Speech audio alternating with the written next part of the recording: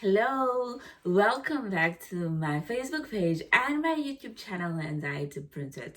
My name is Tumeka Manitane Hankerman, and if you are new here, this is the platform where we are basically tackling a couple of topics just in order to determine what could actually be causing our mental health related illnesses. Just a disclaimer, I'm not a doctor, I'm not a psychologist, I'm not a psychiatrist, or anybody who has been trained to deal with mental illness. I'm purely someone who was diagnosed with anxiety in March of 2019, and basically I've been sharing my story. I'm approaching different topics in order to spark conversations, in order to normalize mental illness, and in order to end the stigma around it all. So if you would have joined us in the last week, I would like to say welcome, and I really hope you'll find what you're looking for here. This is a very, very safe space. We're not experts, but we basically just trying to find ways of helping each other tackle this monster and friend that we live with on a daily basis. So, you would have seen that I didn't shoot a video last week, and on Sunday it was Mental Health Day. Obviously I took time out just to reflect on my own journey. I'll give you time off as well from the channel just to embrace what you're going through, just to reflect on how far you have come with your own journey. And I wasn't gonna shoot a video again today because I am feeling a bit under the weather, but I just thought, you know what, we're doing so well, we're being consistent, and a job, so you need to get up and do the most, even if you are feeling the way that I'm feeling right now. Like, I just put on something decent on top, but I'm in pajamas. I just showered, and all I want to do is just get into bed. But I'll shoot this video. It should be a quick video. So, just on Sunday, okay, before I even get into what the video for today is about, let's just chat about the giveaway. So, as you would have known, Sunday was Mental Health Day, right? And Saturday it was our birthday. This channel turned 1 year old. So I'm just like, wow. I honestly didn't think that I was gonna see it through a year. Not because I would have started something and just left it halfway, because I honestly feel as though I've given you guys so much information and so many things for you guys to think about that I feel as though you have enough information. So I felt as though I've done my purpose, but every day God sparks new conversation in my heart, and I'm like, okay, that means God is saying I'm not yet done. So God decided that we're gonna make it to 1 year, and now we are 1 year. So as part of that 1 year, I am gonna be doing a giveaway. I'll announce it in the next coming week, I think. I will see. I'm still putting together everything I need for the giveaway. So basically the giveaway will consist of a whole of self-care goods, books. I also want to add counseling sessions for someone who is desperately in need of counseling. So I'm still putting it together and trying to get into my pocket to see how much can I afford to give away. I'm trying to get sponsors, people to sponsor the giveaway so that it's a big giveaway. It will only be one giveaway. It will be something massive for someone. I'm not doing different giveaways. So I'm not yet sure what I wanna, how I'm gonna do it, but we'll see how it goes. But it's gonna be beautiful, it's gonna be big, and I think it's gonna mean the world to someone. So just be on the lookout for that. Okay, so today, my topic for today is mental health is not a competition. That's basically what I'm going to title this video, that mental health is not a competition. So on Sunday, I was a bit upset. Let me put it that way. On Sunday, I was a bit upset because all of a sudden we had this major support from a whole lot of people. And people now, all of a sudden, they are brave enough to say, I'm suffering from mental illness. And I know after Sunday, they went back into their shelter, and some did it for cloud, just for people to see or notice them. Like, I was upset that, we're generally fighting this battle the whole year. It's not just about that specific day for us, but out of but when the day came, there were so many people. And then as I was getting upset, then I realized, I'm like, okay, maybe that was the time that they were ready to speak about. But the next day, people go back into being like, oh, okay, I did it just for clout, basically.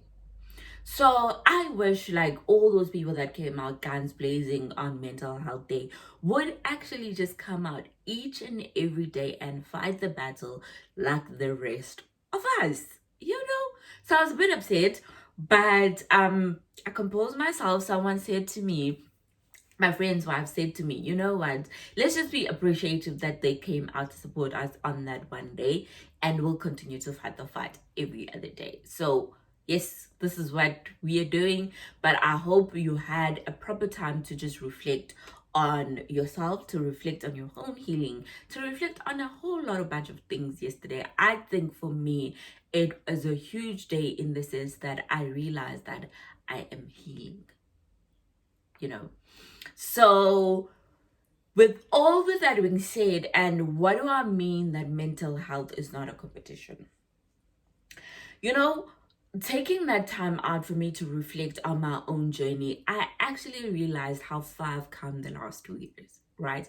Because I have prescribed and defined what my own mental health journey is going to be like.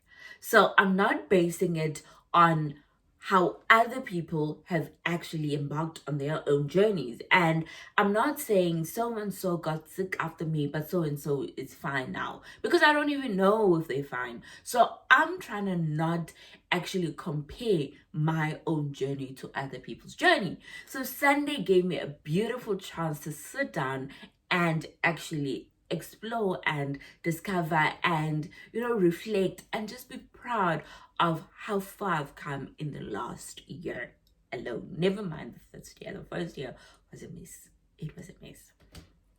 So, with that being said, I just want you to start questioning yourself as to whether do you ever take a minute to step back, reflect, and actually see how far you've come. And you're not going to see it if you're comparing your healing to other people. So now, this is the part where I want you to sit back and say, okay, I was diagnosed with mental health with mental illness a year ago. What has happened in the last year? And if you can't see adjustments, if you can't see a clear path of how far you've come, then there is something that's a little bit wrong. It could either because you're basing that journey on other people and you're comparing yourself to other people and how far they've come, or you haven't invested in your well-being, you see. So which is fine, which I think if you haven't invested in your well-being could either be you haven't accepted the path that you're going, you don't know how to accept it, there's that as well, you're overwhelmed by what's happening to you. That too is fine. When the time is right, you will find what you're looking for, and when the time is right, you will define your own healing journey. Now this topic rather is basically directed at the people that generally would compare their healing to other people. That, oh, Tomeka seems to be doing well. Why am I not okay? This and this and this and this and this. Cool. How do you walk your own healing journey then so that it doesn't become a comparison? It doesn't become a competition with other people and how those other people are dealing with their own mental health. You need to take pride in how far you have come with your own mental health. And the only way you can do that is if you walk your own journey, your own healing journey. How do you do that? The first thing is you define what is considered healing. So we're not fully healed as people who suffer from mental health unless the day you wake up and that thing is gone. I don't know. I don't know if it ever goes. I don't know. I'm not yet there, so I can't really speak to that. I always say I'm healing. And how do I know that I'm healing? Because things that used to bother me a year ago no longer bother me as much. There's little and small strides that I'm like, oh, this, a year ago, I wouldn't have been able to do this, but now I am able to do this. So those are small things. So you define your own healing. It could be overcoming a certain obstacle and you consider that being healing. It could be, let's say, if someone has social anxiety, it could be that, they generally are not people who would speak at a meeting at work because of the social anxiety. And if one day you're able to voice out something in a meeting, for me, that is coming a long way. That is healing. So you've taken a small stride into saying something at this meeting.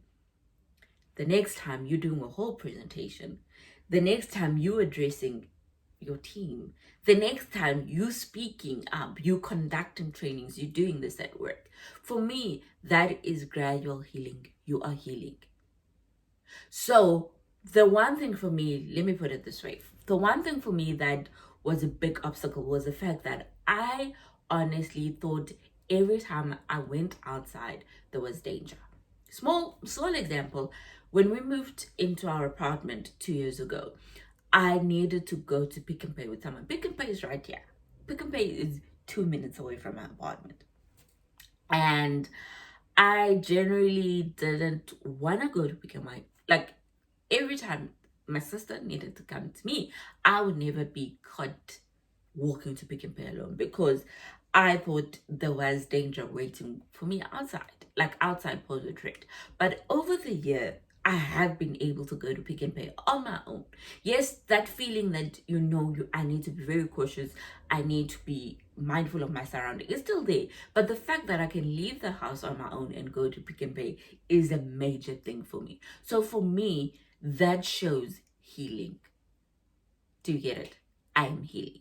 So that's the first thing. You need to define your own healing. That way you measure it according to you, because you had defined it, not according to someone else's measure of healing. Do you get it? Cool. The second thing is you need to protect your peace in order to protect your mental health, right? And what do I mean by that? When we find ourselves in these circles, like this kind of platform where we all suffer from mental health and we're talking about our own journeys, you often get people who take pride in how far they've come. And, people's journey almost start making you doubt your own journey, right? So when I say protect your peace in order to protect your mental health, it's like, no conversations you should be getting yourself into, right?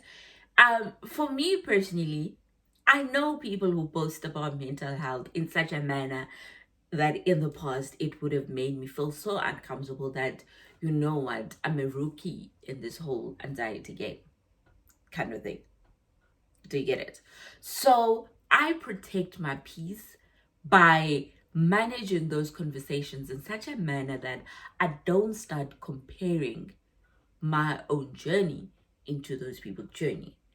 So I choose my conversations with people like that. I read people and I'm like, okay, maybe, with this person, so and so, when we talk about mental health, I need to be in a space where I don't allow the conversation to get into a point where it starts to almost affect my own healing and doubting my own journey. So I protect my peace to protect my mental health. Cool. And the third thing is that take the competition as guidance and not actually as a measure of your own healing. There's certain information when someone says it, how they overcame certain obstacles within their own healing, that take it as guidance. Like the information that I'm giving you here is guidance. It's not the norm. It's not written in stones that this is the real thing. So that's why I'm always saying, don't let this channel be a substitute for everything that you need to do. So this channel is basically there to guide you and to give you guidance. However, it's not here to substitute anything that you're supposed to be doing. So everything that I'm saying, you need to use it as a guideline, guidance, or just something for you to dab in and be like, does this work for me? Yes or no. It doesn't work, leave it, kind of thing. You know, I'm not saying now dismiss everything that people are saying to you because, you're so hell bent on walking your own journey. Take it and see if it's something you can incorporate in your own healing. And if it's something that's not, then don't start now forcing it so that it actually start, you want to incorporate in your life because it worked for so and so. You know exactly things that work for you and that don't work for you. Like, for instance, with me, a lot of people said meditating, those kind of things, meditating at gym, were good for dealing with mental health. But I know I'm not that kind of person. I try meditation.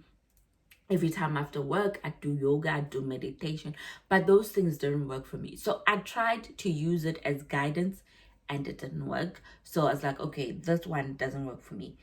And then I was told that breathing techniques, guidance, tried it and it worked. So those things, they stayed within my journey. So I didn't force things that didn't work on me. I used it as guidance, tried it, didn't work. Okay, let's move on, kind of thing. So just because something has worked for someone, it doesn't mean that it's going to work for you as well. Do you get it? So use information as guidance and guidelines, but don't take it as it is. So instead of taking things in order to make them a competition, take them as something you can try, but if it doesn't work, it's okay. Now you're not like, why did it work for this person and now all of a sudden it's not working for me? To get it? Go. And then understand the why. Why are you here? There's different things, guys. There's a lot of people that told me when I, the first time I had this thing, that they were like, I had it the one day and I never had it again. And then all of a sudden I was like, why for me is it happening on a continuous basis? Why am I having panic attacks on a continuous basis? Underlying circumstances that bring us to this place, they're different. There's certain things that I've spoken about to you guys, like I think it was my third video when I said about all the emotional baggage I was carrying. We're carrying different loads of emotional baggage. There's people whose mental health starts from anxiety, spirals into depression, and they commit suicide. That's the baggage they're carrying, and that's their own baggage. So you need to understand the why. So the minute you start comparing your healing to someone who had a panic attack once and it never had happened again, and yours is happening on a continuous basis, different baggages. It could be that they were carrying a huge load of baggage. However, they were able to deal with very quickly. Could be that you are carrying one baggage, but you don't know how to deal with the baggage. Therefore, until such time that you have dealt with the baggage, you're gonna continue having panic attacks. I hope what I'm saying is making sense. That you need to understand that there's different reasons that landed us here, that landed us and gave us our shared deal of mental health. There's different reasons. If there's different reasons, then why are you expecting the same results? So why are you expecting to have one panic attack when your reason is grief, as opposed to someone who had a panic attack because their boyfriend dumped them?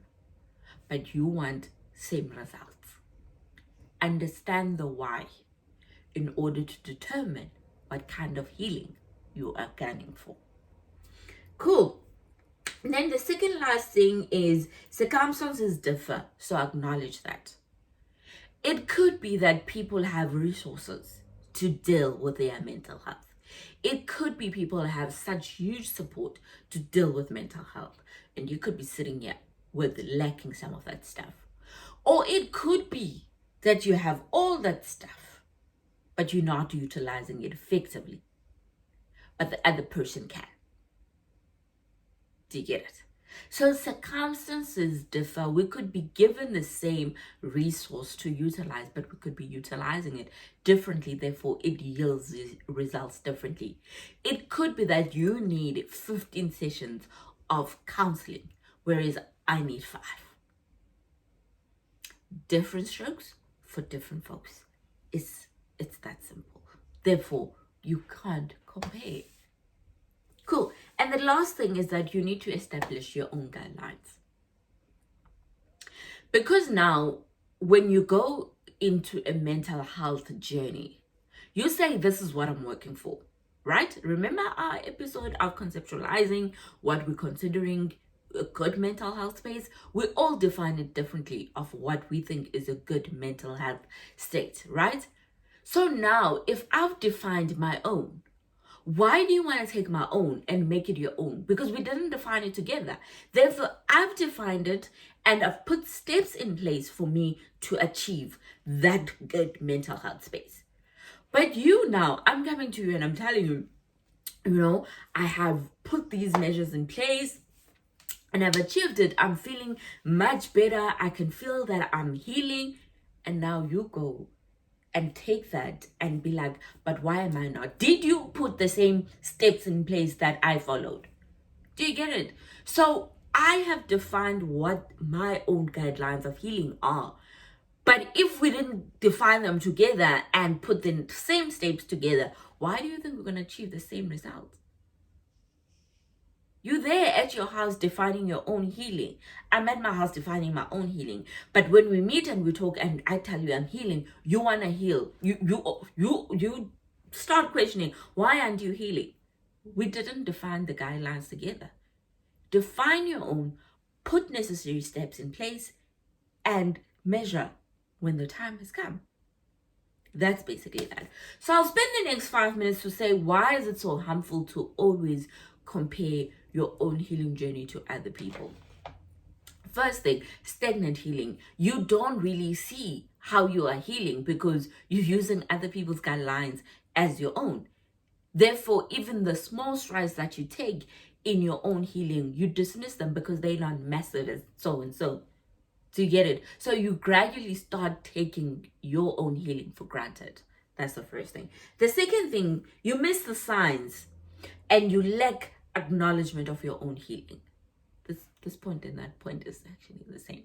So you miss a whole lot of signs that says you're healing, you backsliding, you doing this, because you're so concentrated on other people's journey that yours is lacking that tension that it needs. Cool. The third thing, you enhance and you enable your triggers. Because now you're comparing your own healing to mine, your triggers spiral out of control. Now you can't even identify what is triggering your mental health because you're comparing it to me all the time. And now you're like, I had a panic attack today, but what triggered it? You don't know because you're concentrating on my healing, because you're using my guidelines and my step for healing as your own. I'm so annoyed now because the sun is coming through the window to get me. So that's basically that.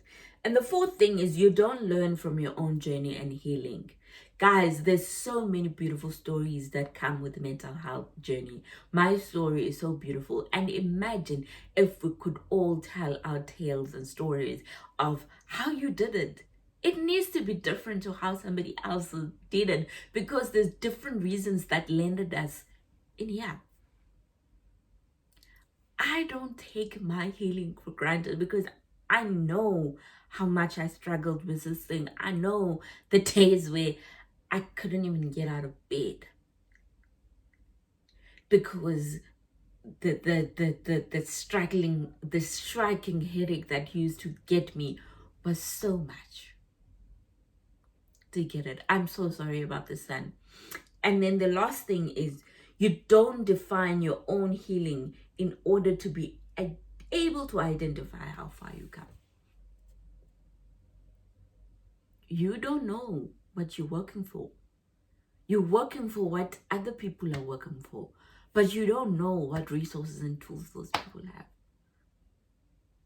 You're just competing in this rough thing. You have so much to deal with. Imagine now you're taking other people, constantly comparing yourself to other people.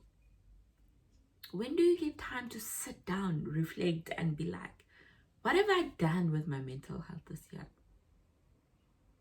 When you start comparing to people all the time, you're going to fail. I can tell you now, you're not going to see any sort of form of healing in your life happening, because those aren't your own guidelines. They're guidelines for someone else who has different resources to you, but you're using them as your own.